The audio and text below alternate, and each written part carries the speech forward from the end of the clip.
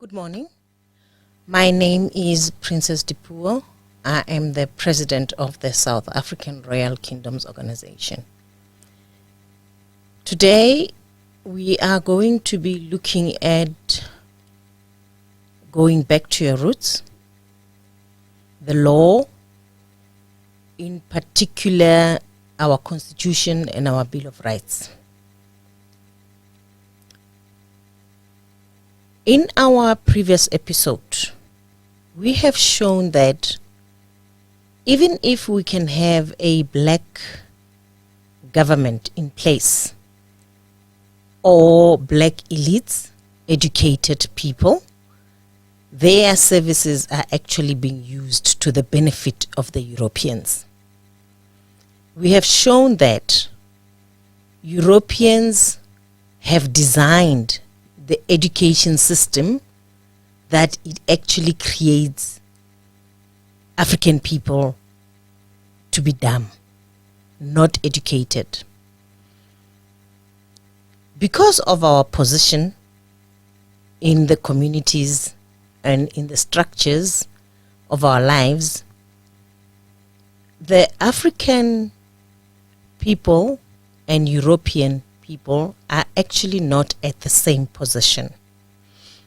As a result, our children, when we rear our children at home, when we raise our children and we are educating them, we cannot educate them in the same way, because the future task of a European child is completely different from a future task of an African child.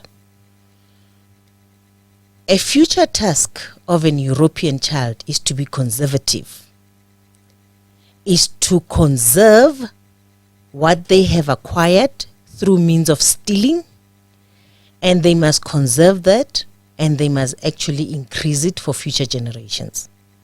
So theirs is very conservative. Even when they teach their children in their homes, they actually teach them to be conservative. The advantages that they have stolen, like the land, they must conserve it. They must make sure that it never gets out of the hand of Europeans. Whereas an African child, their future task is actually revolutionary, because they must actually get back what belongs to them, what was stolen from them. By virtue of these two children standing at different points tells you that their education systems cannot be the same. We have shown in our previous episodes that a European will never do anything for an African that benefits an African. When a European gives an African an education, is to make sure that that African is better equipped to serve them. So we are literally sitting with educated slaves, because the education system that we have in South Africa was actually designed by Europeans to benefit Europeans from kindergarten up until tertiary level, higher education. The whole system is designed to make sure that an African child becomes dumb.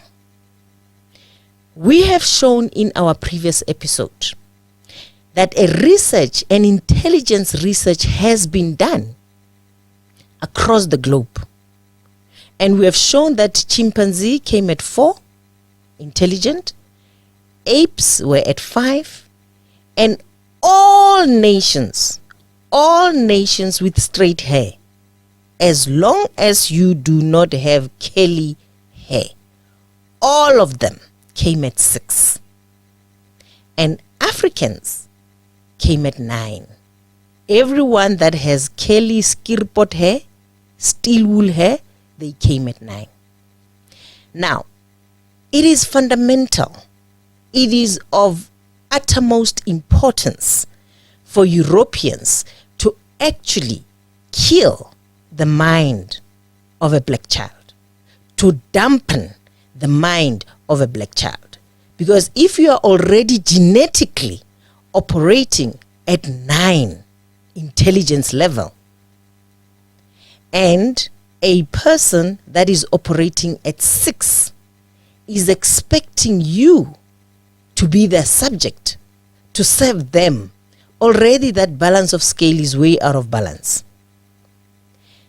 Bear in mind that Europeans are a minority in the world. They constitute 10% of the entire globe.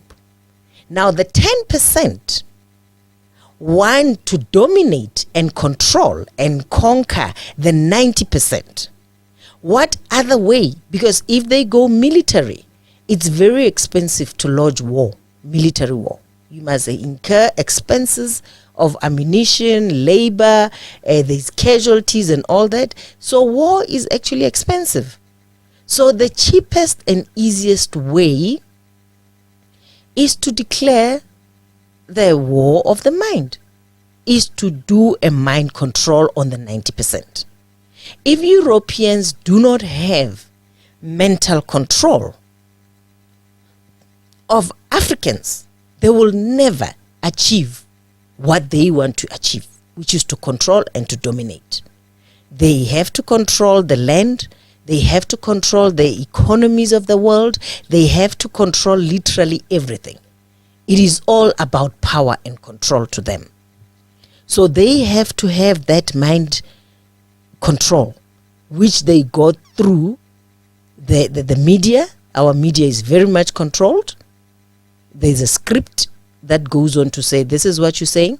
And now there's this Bela bill that has been making everybody stand up on their feet and have a fit, actually. Now, I have to state this. The laws are as strong as the people that impose them. We can have laws that are written, but as long as the people that have to impose the laws are not strong, those laws are null and void. And the people with the power are the ones that will get their way, regardless of what the law says. I'm going to make an example. In 1976, the youth at that time protested that they don't want Afrikaans as a medium of language. We have government schools today. Some of the government schools do not allow black kids in there. It's whites only. When we clearly have a Bill of Rights that says public education is for everyone, regardless of color and race. The Afrikaans community started by buying Orania.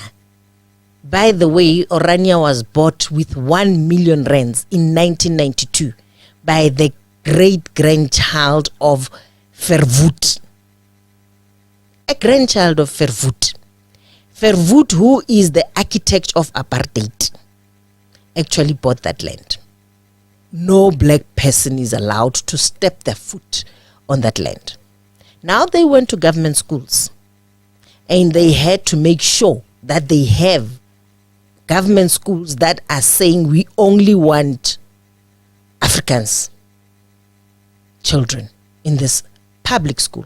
There is a law, by the way, that says public education is open to all races. But no, to prove that the law is as good as the people that are implementing it, and those that with power will get their way, they did get their way. They have those schools where black kids are not allowed. African children are not allowed. Yet there is a law that opposes that. Now, with the Bela bill, that is actually scrapping the powers of the governing bodies.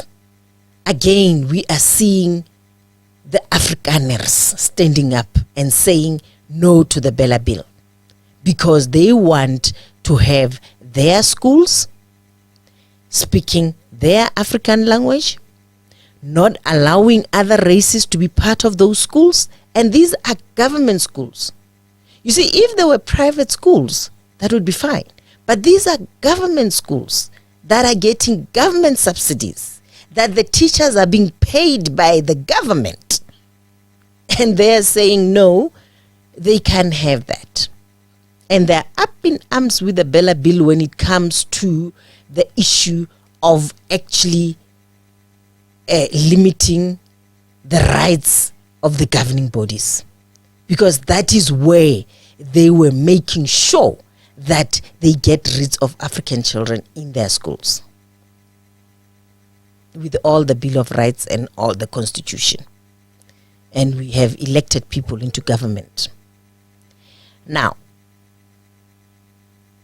I have said an African child can never get the same education as an European child. As African parents, we need to stop this mentality of saying we want equal education for our children. They can never be equal education. It can never happen, because we are standing on unequal grounds. The one child is conservative, the other child is revolutionary. Therefore, the education system of these two children can never be the same.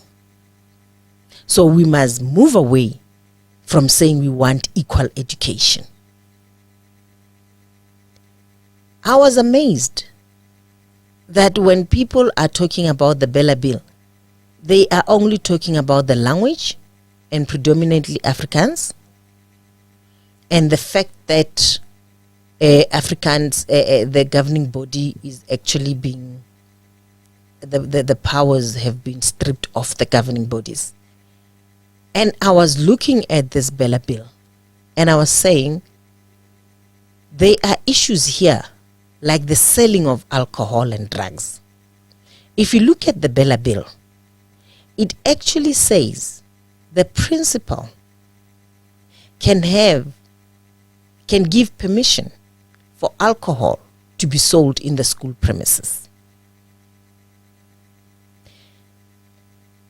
If it is for fundraising or they've hired the school premises to a private entity, and as long as the alcohol is not being sold during school hours. At the same time, the Bela bill is excluding the parents, which is the governing body, from a decision making.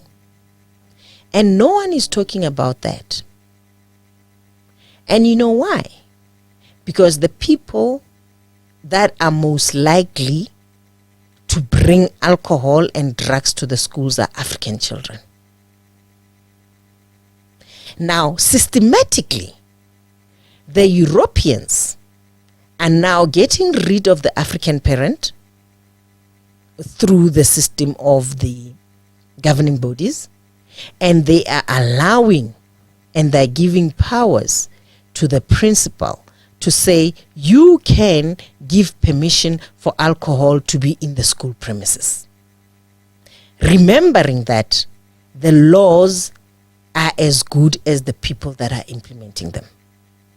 So which means the gates are open for alcohol to be in schools, and nobody's talking about that.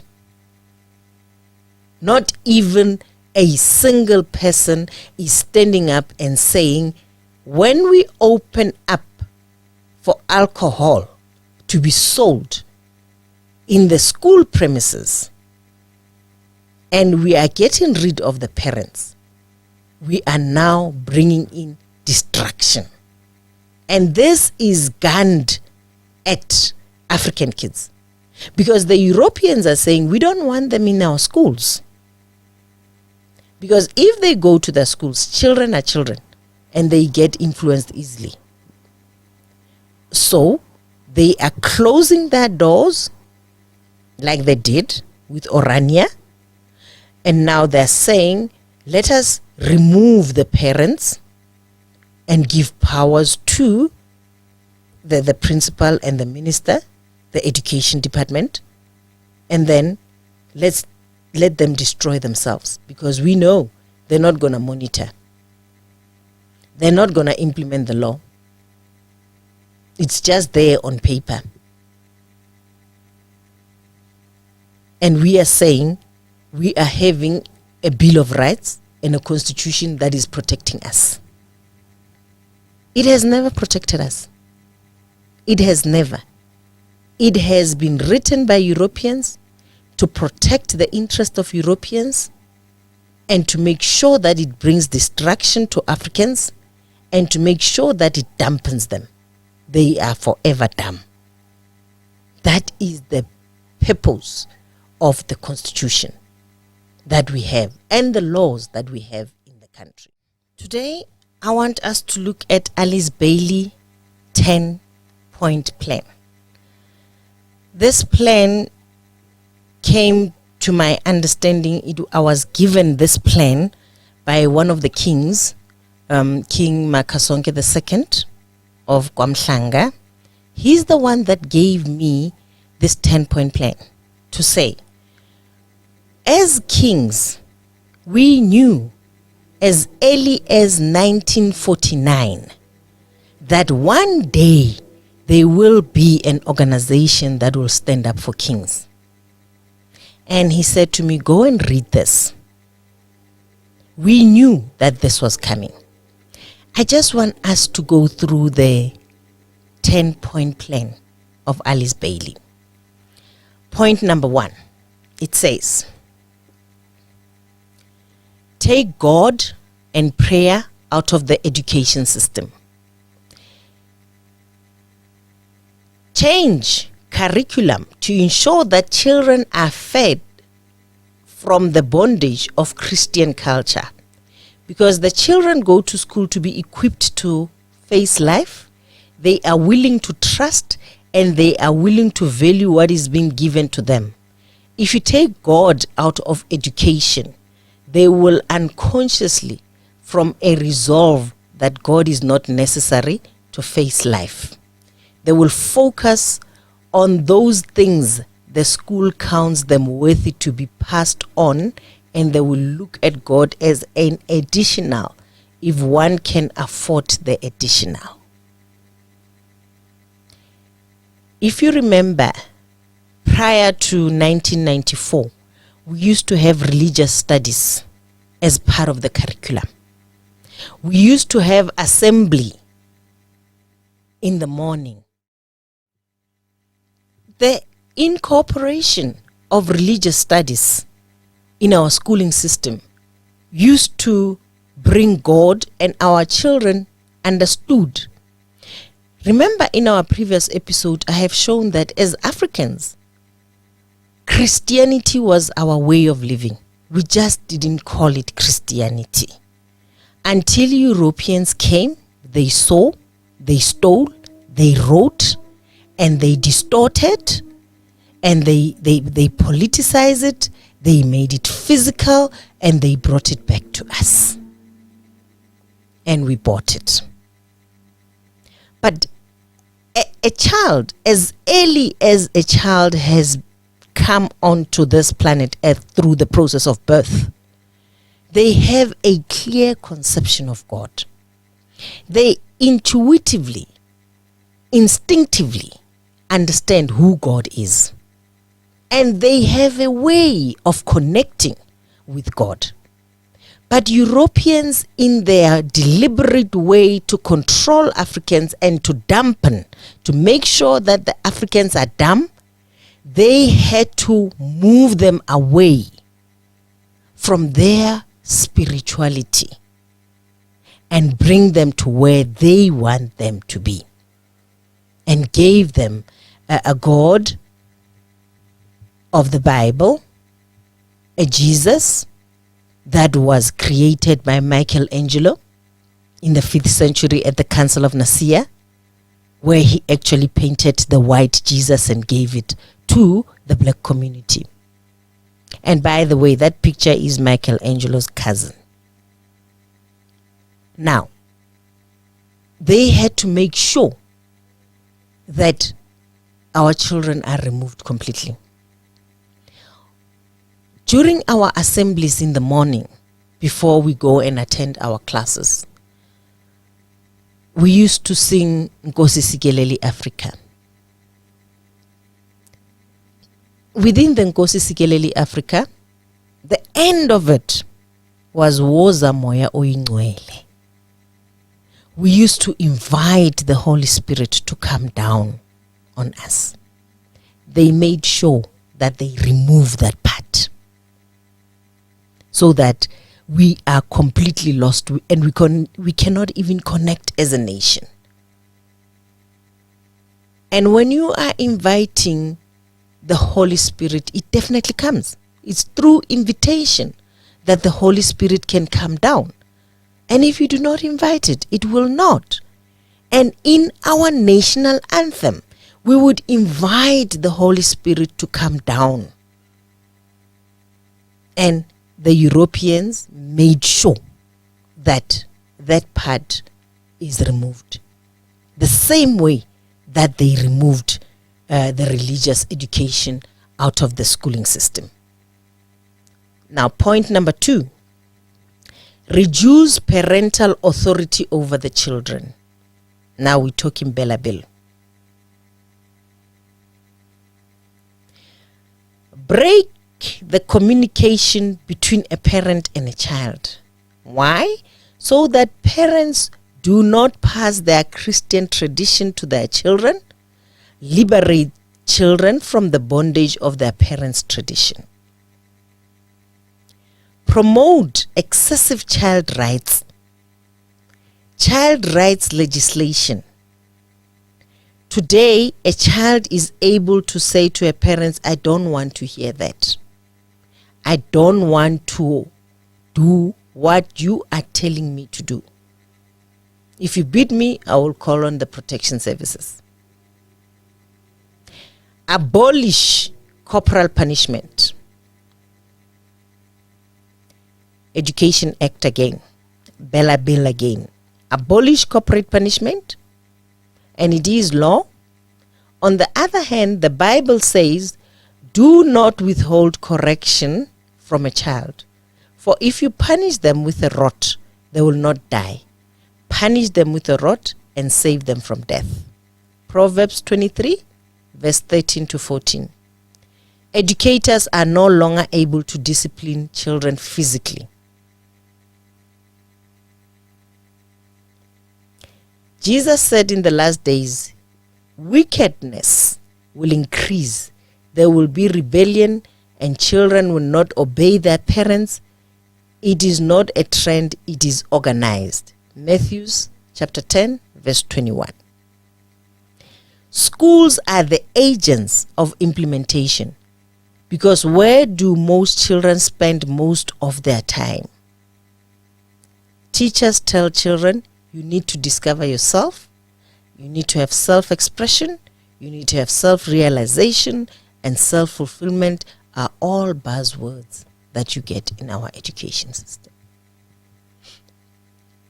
Now, when you look at the whole Bela Bill, and you look at how these laws are being implemented within our society to actually benefit Europeans.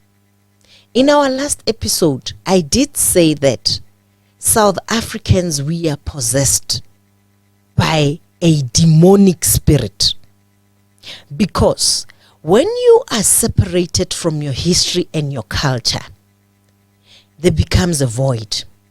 And in that void, a foreign spirit comes in. And unfortunately for us, we are being governed by demons. So a demonic spirit comes into that vacuum that has been created between yourself and your culture and your history. And now you have been given laws that are to make sure that you as a species, you as humankind, you as Africans ceases to exist. Now let's go to the third one. Destroy the Judeo-Christian family structure or the traditional Christian family structure. Liberate the people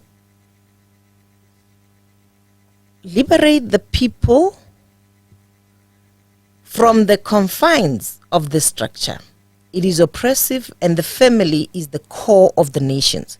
If you break the family, you break the nation. So that the youth will not grow up with a sense of belonging, identity, and structure. How do we do that? Promote sexual promiscuity. Free young people to the concept of premarital sex. Let them have free sex. Lift it so high that the joy of enjoying sex, is the highest joy in life. Fantasize it that everybody will feel proud to be seen to be sexually active, even those outside of marriage.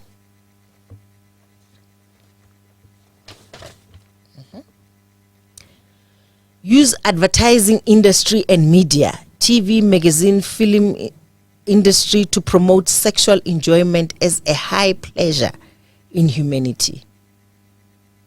That is propaganda. We have seen that. There's even a saying that says sex sells. And remember, I have spoken that homosexuality in our previous episode. I have shown that homosexuality was introduced by the Greeks to Africans. Africans knew no homosexuality. We didn't know that. Africans were very, sexual intercourse was a private engagement between two human beings that are united through a union of marriage. That is how it has been in our African culture. But that was completely destroyed because everything African was demonized.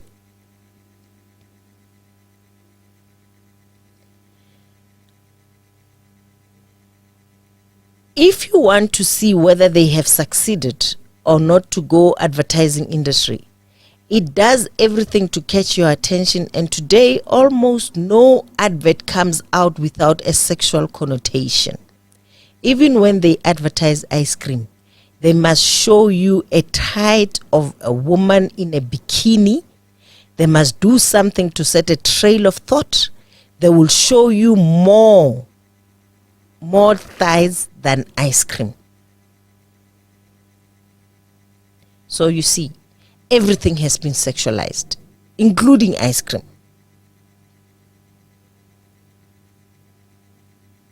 Point number 4.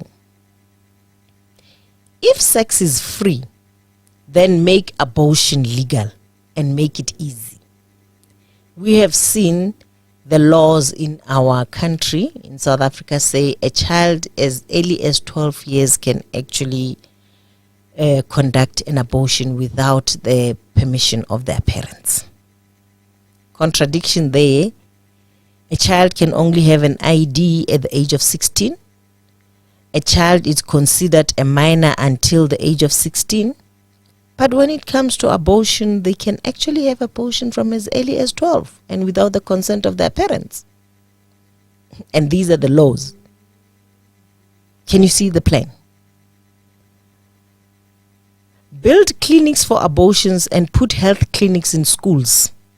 If people are going to enjoy the joy of sexual relationship, they need to be free of unnecessary fears. In other words, they should not be hampered by unwanted pregnancies and diseases. We have seen condoms all over. In our school toilets, in public toilets, when you go, you find condoms everywhere. So which means our government is saying sex is free. You can have it with anyone and anybody anyhow. It doesn't matter. Yet, because they have removed us as Africans from our spirituality, we understood as Africans that sexual intercourse was predominantly a spiritual act, an act that When you are in your physical form, that is the only time that you will get oneness with God. And you cannot have that oneness with everybody. It needs to be with this one person. Over and above is for reproduction. Now, with the laws, it had to be destroyed, and it just had to be out there. And that is what we need to understand. That's point number 4. Point number 5. Make divorce easy and legal. Free people from the concept of marriage for life. Love has got a mysterious link called the love bond. It is like an ovum that comes out of the ovary, and it travels through your system. It clicks a love favor in you, and there is one other person in the world who can respond to that love bond. When you see that person, everything within you clicks. This is your man or your woman. If you miss him, you'll never be happy until the love bond cycle pass for many years. So for you to be happy, get that person at whatever cost. If it means getting him or her out of that marriage, get him or her out of that marriage. It is a mistake to be elsewhere. If you go together for some time and find that love has died, don't be held in a bondage by Christian values. It will never come back. What you need is an easy arranged divorce and allow another love bond to come forth. Just like an ovum comes up, and when it comes forth, you'll enjoy it life again. Let's talk about this. In ancient Africa, in our indigenous African way of doing things, we had polygamy, which was designed by African women, because African women believed that no woman deserves to be without a man, and men were fewer than women. Now, women created a system that children can be in a union, because in African culture, we live as extended family. As Africans, we used to live as extended families, not a nuclear family. We believed in community. Everything that we did was community-based. A child was being raised by the whole village. And we made sure that there is stability within the family structure. As a result, African women actually created a polygamy system, because African women believed that every African woman deserves to have a husband, and the men were less than women in terms of numbers. Women were more. And because we needed to multiply, we needed to have a big nation as Africans, the only way to reproduce ourselves is for us to have sexual intercourse. Therefore, to avoid children that are not in a stable home, to avoid women that are single parents and raising children by themselves, to avoid all these ill healths that we have in terms of upbringing of our children, women created the system of polygamy. A woman would go and find a sister wife for herself. She will go and find a wife for her husband, so that we can have a bigger family unit. But the Europeans, they came and said, no, one man, one woman. And now they are coming back to say, if you are not happy with that woman or that man, just divorce them. Make it very simple. You don't have to stay in a situation where you are unhappy. So they are now coming back and undermining the very system that they introduce to Africans. Now what happens to you as an African? You started buying the European system of one man, one wife. And now they're coming back, they're saying, no, that system is actually null and void. It has loopholes. If you're not happy, just get rid of that man or that woman and make it as easy as possible. What happens to the family structure? What happens to the stability of the children? The more vulnerable we are as a community, the easier it is for them to manipulate us, for them to control our minds. And that's exactly what they want. We have moved away from the stability, the family stability that we had as African nations.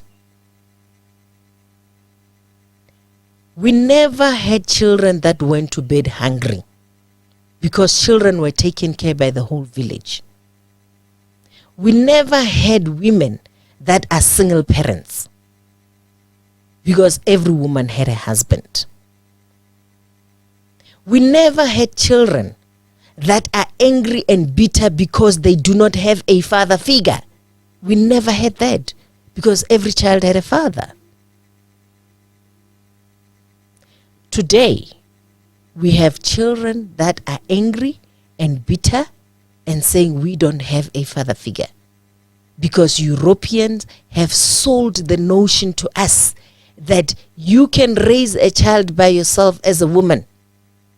Women went to Beijing conference and they came back talking about women equality. I'm not against women equality at all, but I'm saying there are things that are natural. There are things that we had in our culture that was protecting us as a community. I am saying that there is no equality when it comes to men and women. Men and women will never be equal. They are not naturally equal. Women are more powerful than men because women are co-creators with God. Women have been given the responsibility and the ability to bring life to earth. Until such time that a man can fall pregnant and breastfeed a child, that is only then we can talk about equality between men and women. For as long as a man can never fall pregnant, for as long as a man can never bring a child to earth, for as long as a man can never breastfeed, there is no equality between men and women. Physically, women are designed to bring life to earth. Spiritually, women are designed to nurture the life that they bring on earth. Emotionally, women are designed to nurture and to develop the life that they bring on earth. Physically, men are designed to work hard. Physical hard work. That is how they are physically designed. God did not make a mistake. So the man must protect financially, emotionally, physically, the women and the children. That is natural. So, we are equal in the eyes of God because the roles that He gave us are equal. And to move them from what they are and make them what they are not, that is actually creating vulnerability within ourselves and within our system, that is allowing demons to come in and create a system that does not work for us. And we have done that as Africans. That's why we are saying we need to go back to our roots. We need to align with who we are. We need to get rid of these laws that are being changed on a daily basis. And we need to understand that the laws are as strong as the people that implement them, or else they're just there for protection of the people that want to control your mind. The Constitution, the Bill of Rights, the Bela Bill, all these bills that are being passed are designed for the masters, for the people that have created them, so that they can use them when it suits them, when it has to benefit them, and they can change them as in when. They gave us the black government, political government, whereas the power still remains with the white people. They are the ones that will enforce the laws, because the laws goes to the ones that have power. Let's come to the next point. Make homosexuality an alternative lifestyle. We have said in our previous episodes that homosexuality was introduced by the Greeks. The concept of a gym was introduced by the Greeks, and they will go to the gym naked. Women were not allowed in the gyms. They would have fights naked with just a cape, and they would be fighting naked. And the one that loses gets to bow down. The one that wins goes into them. So they introduced homosexuality. They are the people that started to sleep with young boys, the Greeks. Things that we didn't know as Africans. And today, everything is about homosexuality. You watch movies, series, everything. They have to make sure that homosexuality is there. They are actually shoving homosexuality down our throats. And I would like everyone that is listening to this podcast, to this episode today, go and do a mini research in your own street where you live, and check how many homosexuals do you have in your community. And check the number that you get versus the advertising, the media, the propaganda, the picture that we are being given about homosexuality. It's as if homosexuals are many, and they're not. They're in a minority. But when they're being portrayed through the media, through the movies, through the series, they are being shoved down to us as if they are many of them. Yet they're not. But because they want to influence our children to say this is the way for the future, now you find children exploring. A child will tell you that they are bisexual. Now they want to explore this thing because it's there. It's being advertised. They created their own communities, gay communities.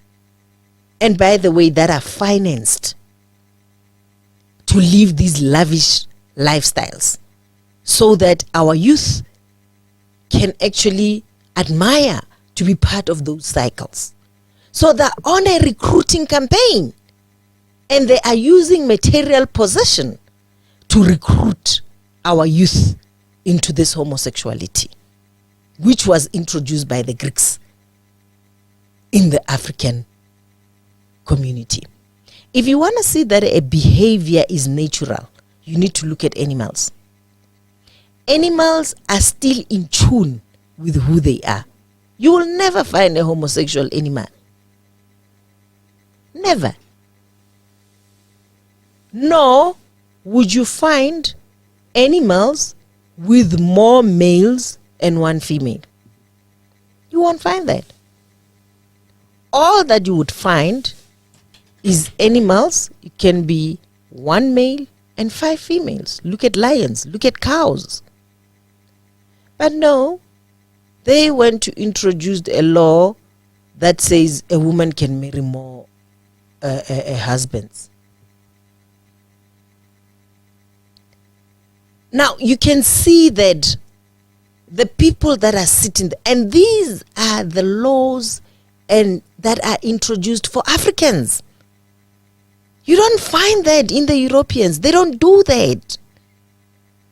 All these laws are designed for us so that we can become confused, so that we can move away from who we are,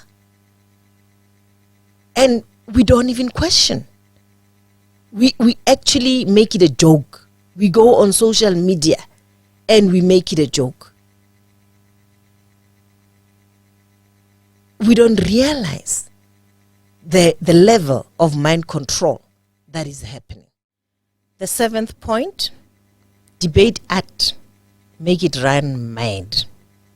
Art. The art are one of the primary key to change culture. Why?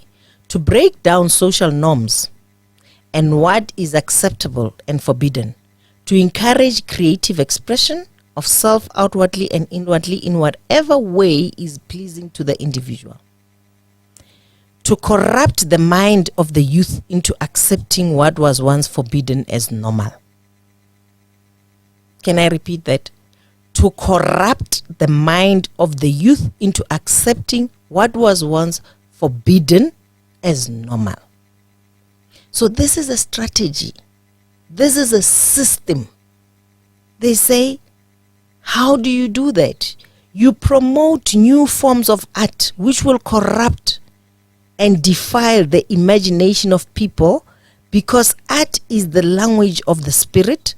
That which is inside, you can bring it out in painting, music, drama, etc. Note, look at the quality, spirituality, and message of the art, music, and the film that are coming out in the present day, and think about how they have changed drastically throughout history. I was just talking about each and every series and movie. There has to be a gay couple, as if that is a natural way of doing things, and it's not natural at all. So because we have moved away from who we are, and we are vulnerable, and we are not firmly rooted, we accept it. We experiment on it. We actually advertise it as if it's a natural way. And if you move away from your nature, you're surely going to have conflict within. Because your nature says this, and you want to go the other way. So conflict is happening. Internal conflict is happening. And we wonder why we are having a society of people that drink so much, of youth that is going on drugs. Because internally, naturally, they are hearing something. But externally, unnaturally, society is saying something else. And now there's this conflict. And how do they reconcile the two? And if they don't, they end up going to something that will make them forget. And we wonder why. Point number 8. Use media to promote and to change the mindset. Our media is scripted. They are being told that you play this, you do not play that.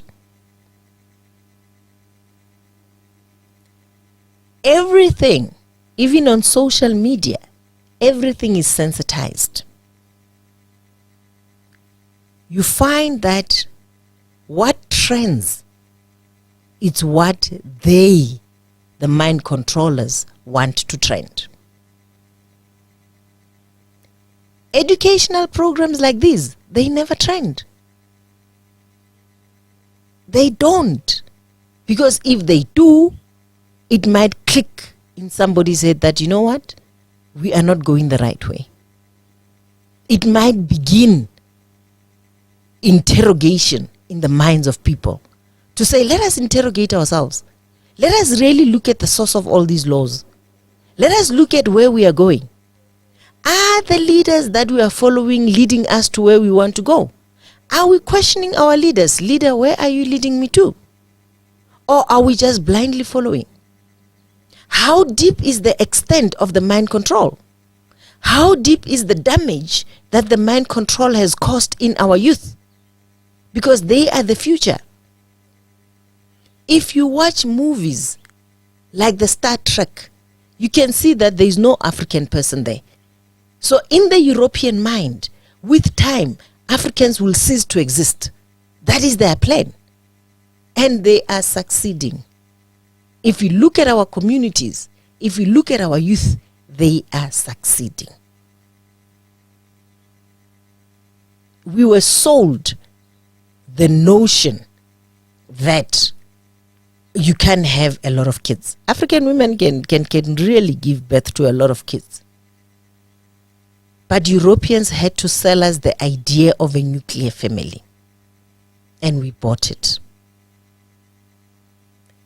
Mysteriously, for some reason unknown to me, the majority of women today, when they go through labor, they get a cesarean section. Natural births are declining. Cesarean sections are increasing. And you are being told that the maximum children that you can have is 3. Designed to limit the African child on their land.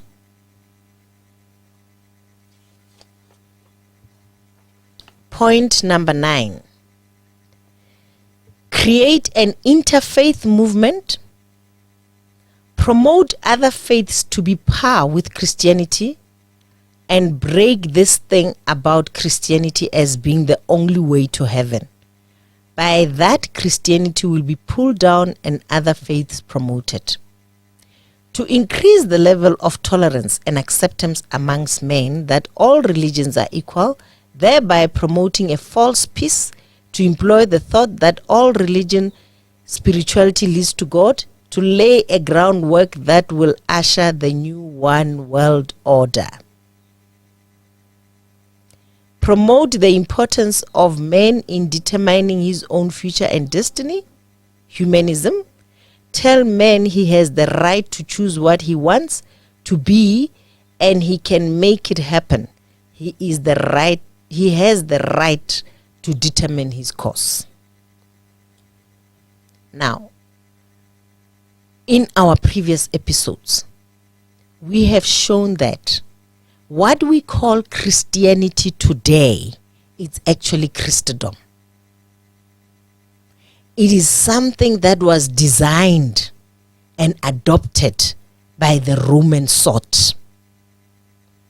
The Bible was created at the Council of Nicaea, and it was enforced by the sort of the Romans as law. As Africans, we are not party to this. We have never been. We know our Creator. In South Africa in particular, Christianity was brought to us by the white settlers when they came with the Bible and stole our land with the Bible. This Bible has done more damage to South Africans than good. Firstly, we lost our land. Secondly, we lost connection with our divine. Thirdly, it demonized all our cultural way of doing things. Today, we are lost. We are raising a lost society. So it didn't bring us good. It actually created more problems for us. Hence, we are saying we need to go back to our roots as Africans. And the last one, it says, get governments to make all these laws and points and get the church to endorse the changes. Get the governments to make all these laws and get the church to endorse these changes. The church must change its doctrines and accommodate the people by accepting those things that put them into the structure and system. Mainly through the implementation of point 1 to 9. Convince people to grow numbers and the rest will come. To usher a new world order in the almost seamless effort. How to succeed.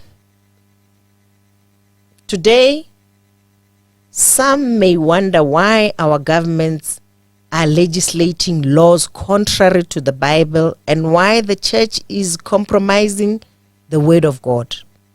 It is the process of implementing this 10-point plan, a 50-year strategy of the New World Order to fulfill its ultimate goal to establish one world government, one world economic system, one world religion. Today, the strategy almost in its entirety has been adopted by the United Nations, and today a lot of it's already law in many nations. This deception has crept up by increments unobserved by most people.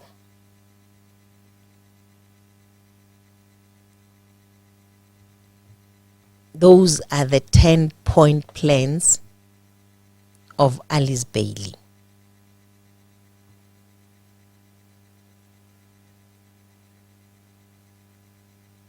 Today, the Western world is not struggling to resist these points because the New World Order and the New Age movement focus primarily on the West from its inception, contrary to the popular beliefs of the folklore of our country, and was not founded on Christianity.